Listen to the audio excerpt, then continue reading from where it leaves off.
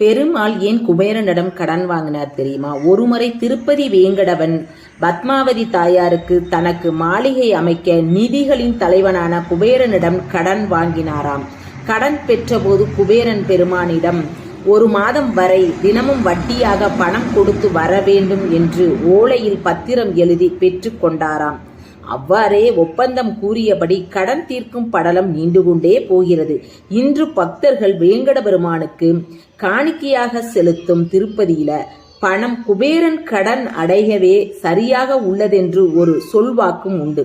இது புராண காலம் விஷயம்தான் என்றாலும் கடன் ஒருவருக்கு பெரும் தொல்லை தந்துவிடும் என்பதே முற்காலத்திலே முன்னோர்கள் உணர்த்தி இருக்கிறார்கள் என்பது இது காட்டுகிறது.